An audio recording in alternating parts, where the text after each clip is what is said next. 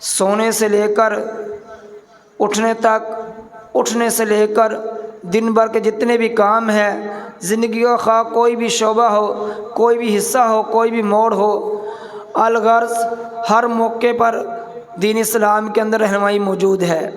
اسلام کے علاوہ آپ جتنے بھی ادیان کا مطالعہ کریں گے، آپ کو کوئی مذہب ایسا نہیں ملے گا، کوئی دین ایسا نہیں ملے گا کہ جس کے اندر زندگی کے ہر پہلو کے بارے میں رہنمائی موجود ہو۔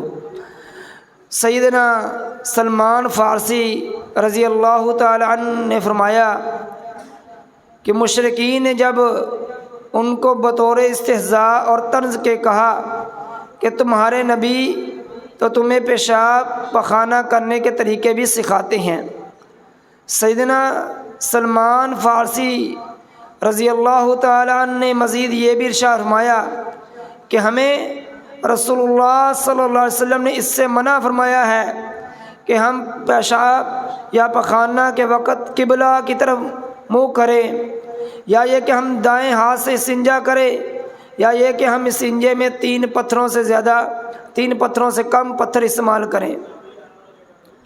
تو عزیز بھائیو، اس حدیث سنانے کا مقصد یہ تھا کہ ہمارے دین میں ہر قسم کی رہنمائی موجود ہے۔ تو ہم چلتے ہیں غسل کی طرف۔ غسل کسے کہتے ہیں، اس کا معنی کیا ہے، غسل کی تعریف کیا ہے؟ تو بھائی، غسل کا لغوی معنی یہ ہے، اگر غین کے اوپر زبر ہو تو اس کا معنی دھونا ہوتا ہے، یعنی کہ غسل ہو، لیکن اگر پیش ہو تو اس کا معنی نہانا ہوتا ہے۔ یہ اس کا لغوی معنی تھا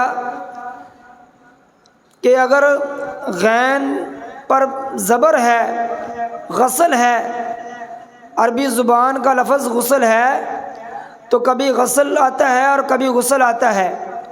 جہاں کتب احادیث کے اندر لفظ غسل ہو، اس کا معنی اپنے جسم کے یا وضو کے اعضاء کو دھونا ہوگا، لیکن اگر پیش ہو تو اس کا معنی نہانا ہوگا۔ غسل کی شرعی تعریف یہ ہے کہ طہارت کی نیت کے ساتھ سنت کے مطابق مکمل بدن پر پانی بہانا غسل کہلاتا ہے۔ غسل کا حکم کیا ہے؟ قرآن کریم میں اللہ تعالیٰ نے فرمایا ہے وَإِن كُنتُمْ جُنُبًا فَاتَّطَہَّرُوا، اگر تم جنبی ہو جاؤ تو تم پاکیزگی حاصل کرو، طہارت حاصل کرو۔ اور اسی طرح دوسری آیت کریمہ میں اللہ تعالیٰ فرماتے ہیں یا ایھا الذین آمنوا لا تقربوا الصلاة وانتم سکارى حتى تعلموا ما تقولون ولا جنبا الا عابري سبیل حتى تغتسلوا۔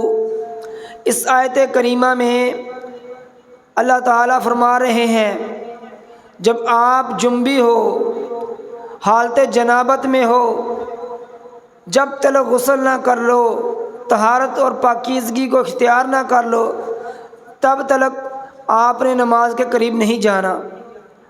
تو عزیز بھائیو، نماز ادا کرنے سے پہلے غسل کرنا ضروری ہے جب آپ حالت جنابت میں ہیں۔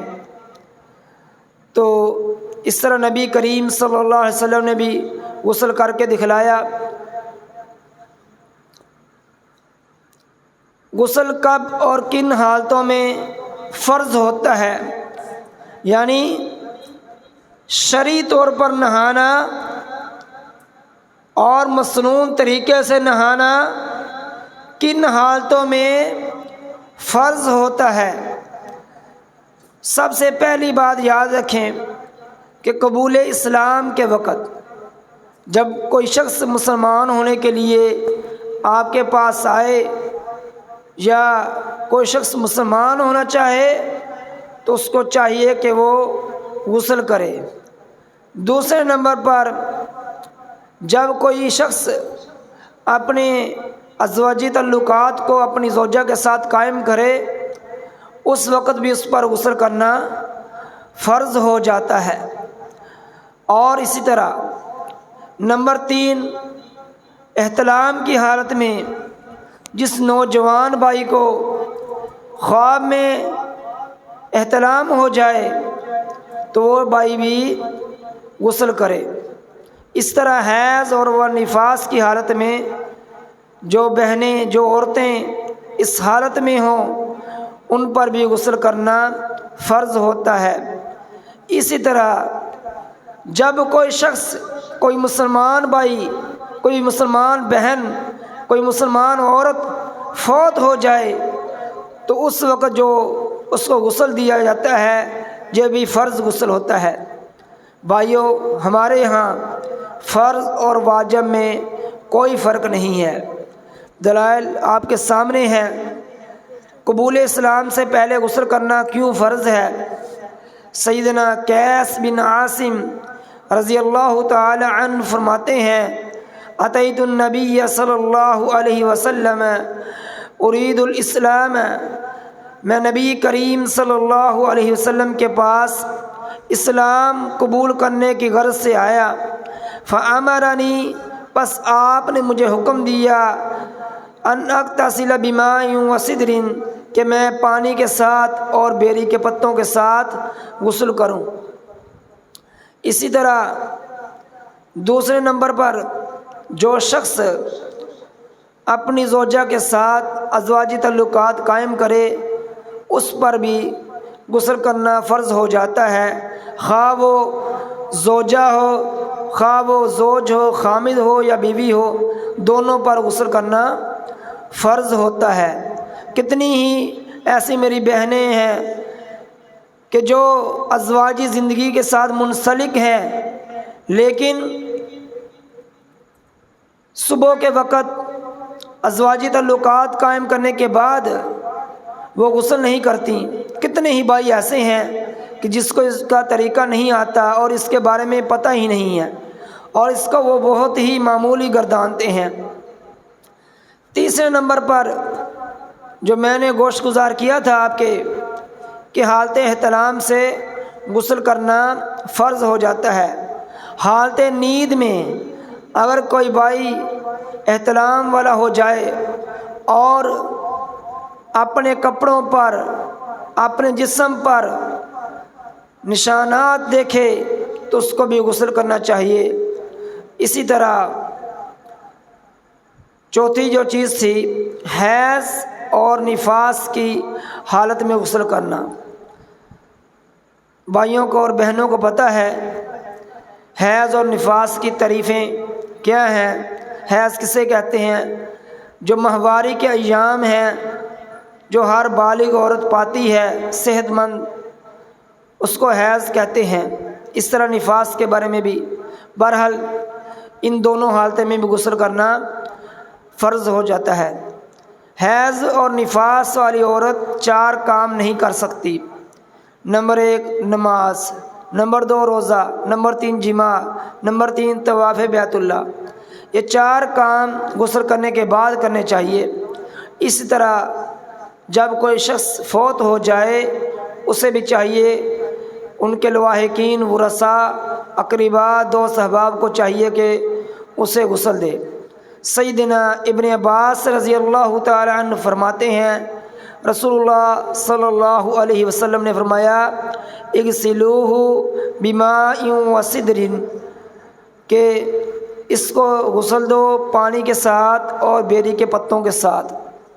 صحیح البخاری کے اندر حدیث ہے، نبی کریم صلی اللہ علیہ وسلم اپنی بیٹی کے بارے میں فرما رہے ہیں۔ عزیز بھائیو، ہمیں بھی چاہیے کہ ہم میت کو غسل دینا سیکھیں۔ ایک اسی علاقے کے بھائی ہیں، وہ عالم دین بھی بن چکے، درس نظامی سے بھی فارغ ہو چکے، لیکن دادا جب فوت ہوا تو غسل دینے کا طریقہ معلوم نہیں تھا۔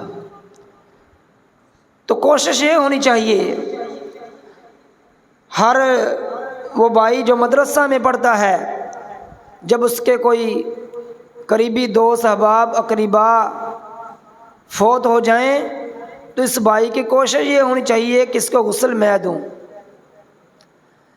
جن صورتوں میں غسل کرنا مستحب ہے اب انشاءاللہ اس کا تذکرہ ہوگا۔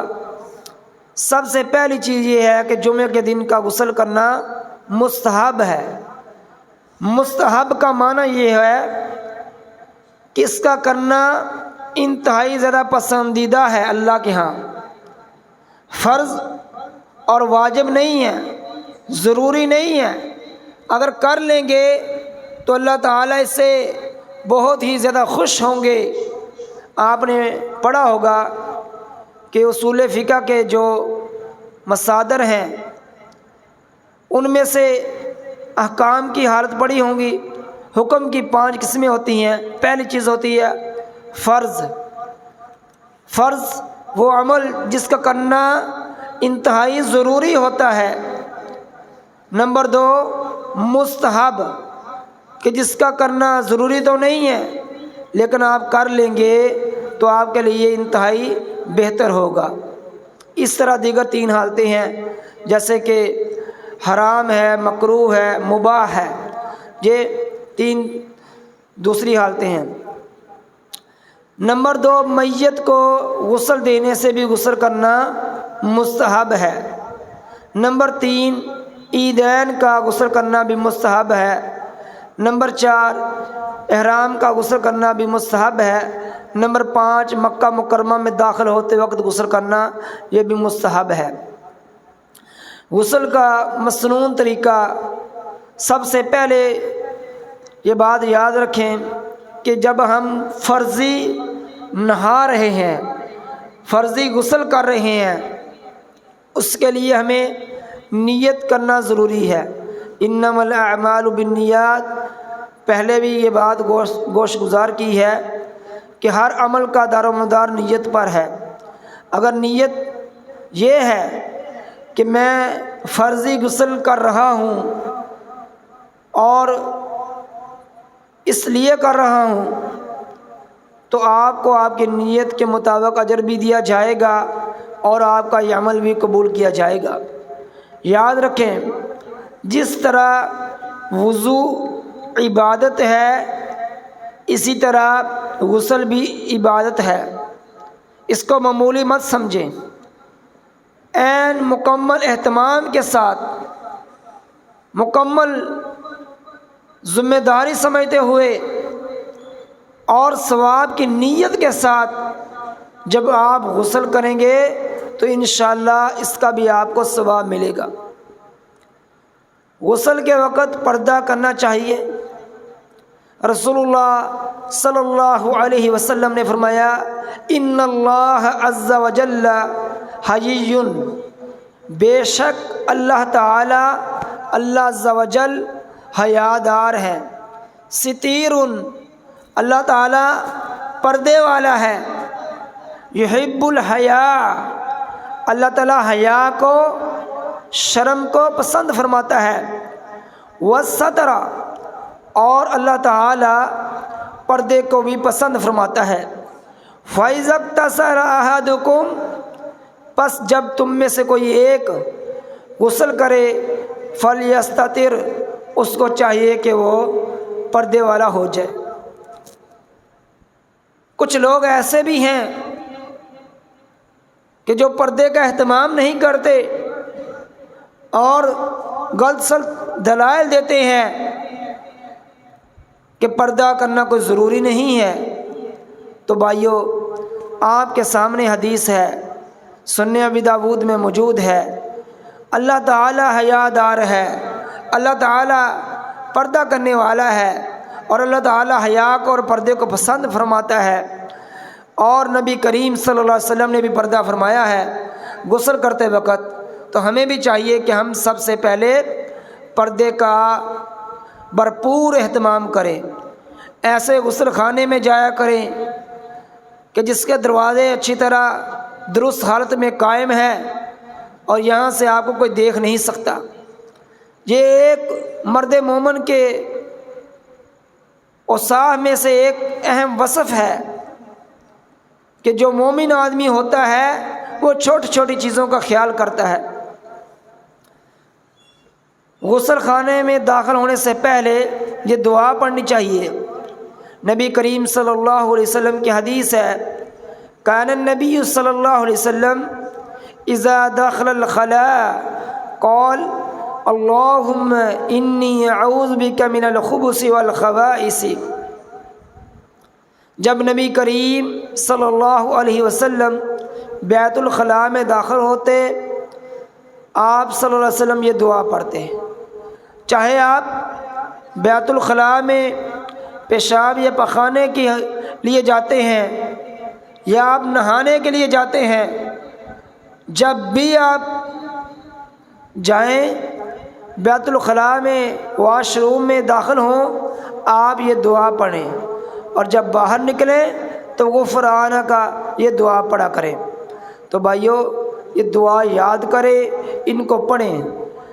اگر کوئی بھائی اس کا بھرپور اہتمام کرتا ہے، وہ بھائی یاد رکھے کبھی بھی وہ جنات جادو کے اثر سے اور ان کے شر سے اپنے آپ کو بچا نہیں سکے گا۔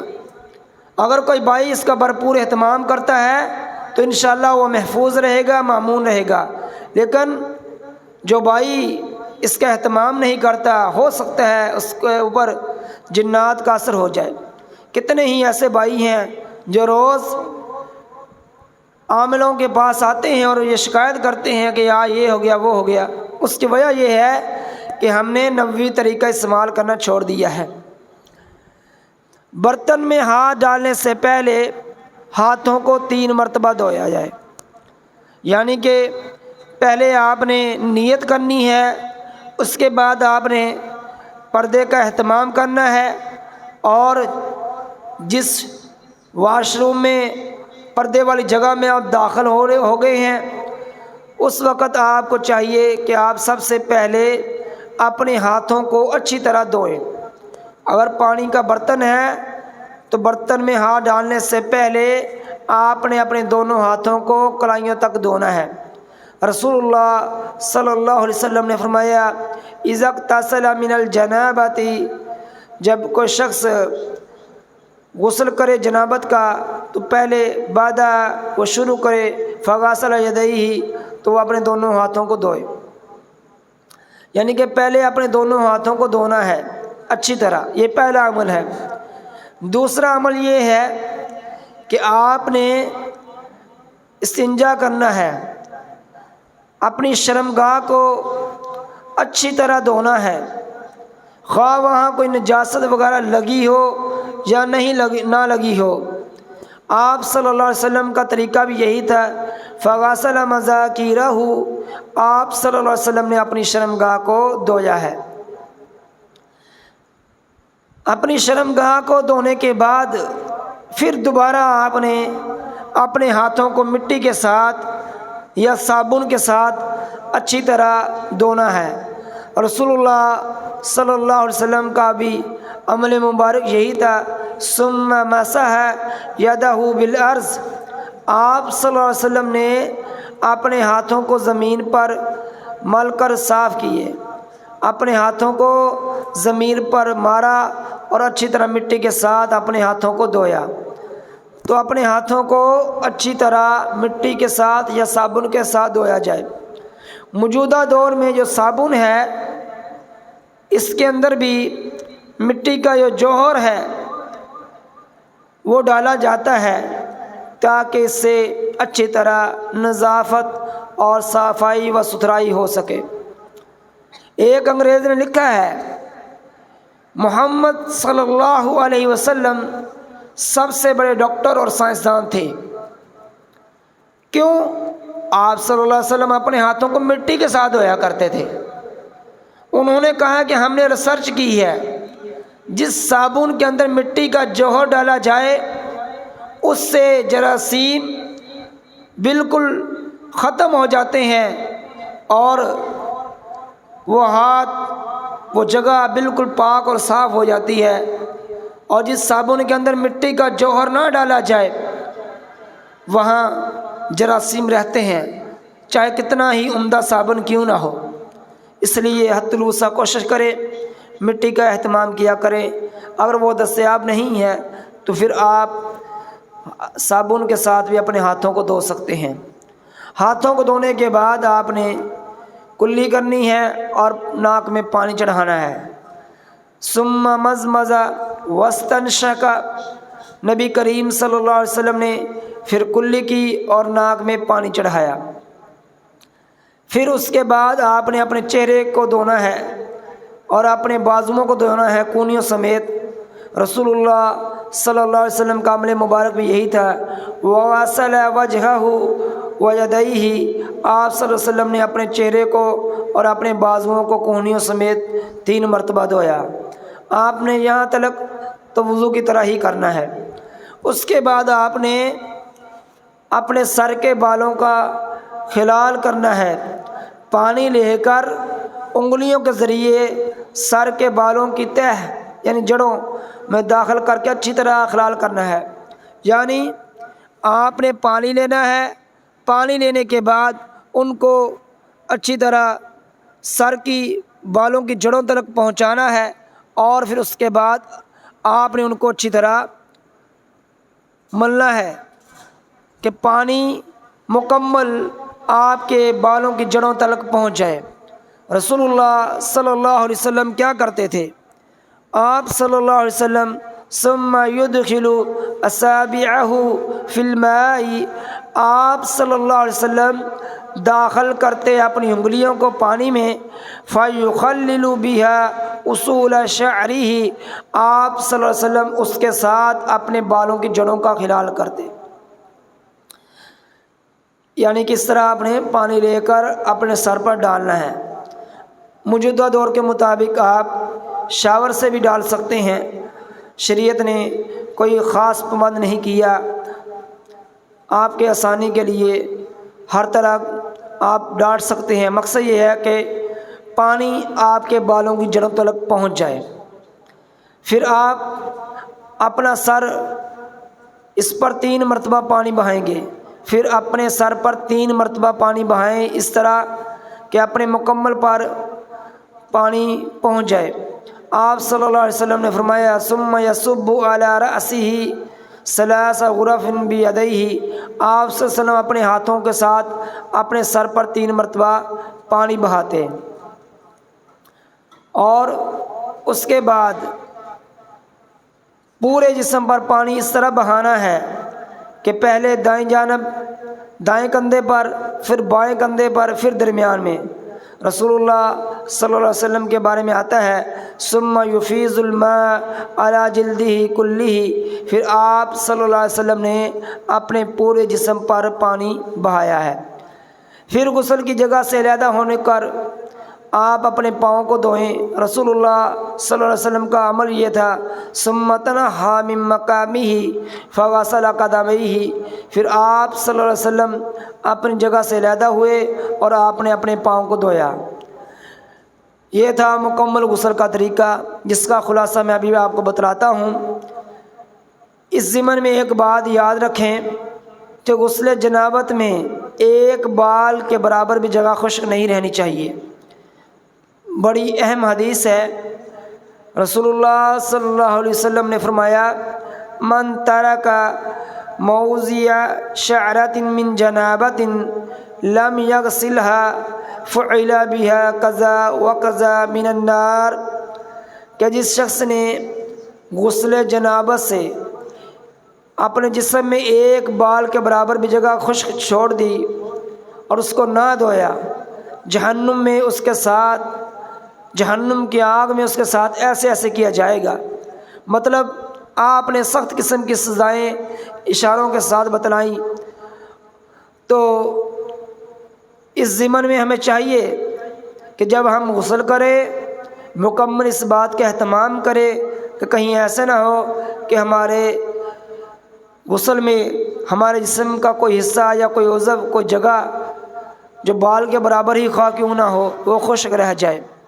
دوبارہ سنیں، پہلے نمبر پہ آپ نے غسل کی نیت کرنی ہے، دوسرے نمبر پر بیت الخلاء یا غسل خانے میں داخل ہونے کی دعا پڑھنی ہے، بسم اللہ اللہم انی اعوذ بک من الخبث والخبائث۔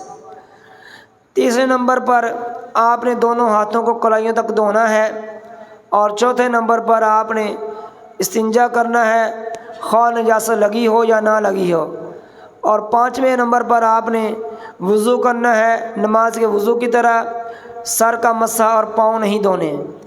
چھٹے نمبر پر آپ نے 3 مرتبہ سر کا خلال اچھی طرح کرنا ہے، جس سے سر کے بالوں کی جڑیں خوب اچھی طرح تر ہو جائیں۔ 7ویں نمبر پر 3 چلو پانی لے کر سر پر اچھی طرح بہانے ہیں، اس طرح کہ پہلے دائیں جانب، پھر بائیں جانب، اور پھر درمیان میں، اور آخر میں اس کے بعد سارے جسم پر پانی بہانا ہے، اور اس کے بعد آخر میں آپ نے اپنے غسل کی جگہ سے علیحدہ ہو کر پاؤں کو دھونا ہے۔ یہ مکمل غسل کا طریقہ خلاصے کی شکل میں آپ کے سامنے ہے، آپ ملاحظہ کریں اور اس کو یاد کر لیں۔